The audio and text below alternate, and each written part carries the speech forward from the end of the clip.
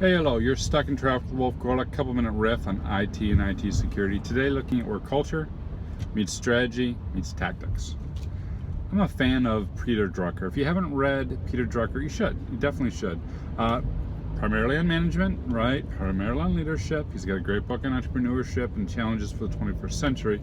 And he's well known for both his turn of phrase and for his well-reasoned thinking on how to align the model organization. One of the phrases that he's known for, and you hear this quite often, is that culture eats strategy for lunch. Eats it. Done. And this led many people, myself included, to focus pretty heavily on the culture. But tip for you, don't forget the strategy.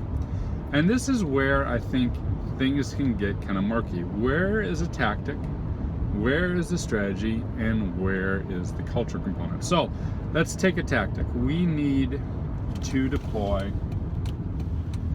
data loss prevention. We need to deploy data loss prevention. Tactically, it's the project plan to get that in place. What are the steps to procure the technology, to deploy the technology, to operationalize the technology, etc. All right, now, strategically, you need to think along several lines, such as what does this position me to do in relation to my peers? Is there anything that DLP will allow me to do to get back to the organization, to strengthen bonds with other teammates, etc., etc.? So, for example, perhaps DLP allows you to organize, optimize, and improve a business process. So you can give that information to a business unit, thereby cementing the relationship. So strategically, people. Strategically, what does this allow me to do next? You hear me say a lot that every control simply makes a better criminal. When we're playing chess, we make a move knowing that the opponent is going to make a counter move. Similarly, strategically, we need to think, okay, if we do data protection, where is that going to move my attacker? It'll probably move my attacker to try and get the data where it's not protected, try to get it out quicker, those types of things. So we start thinking along those lines. And third, internally, in terms of where we're trying to take the program, where does it position me? Now that we got DLP in place, what does that information allow me to do to build a better case for improving the organization? So, for example, we see that there's a lot of information being leaked out, and now we can make a case for a good awareness program.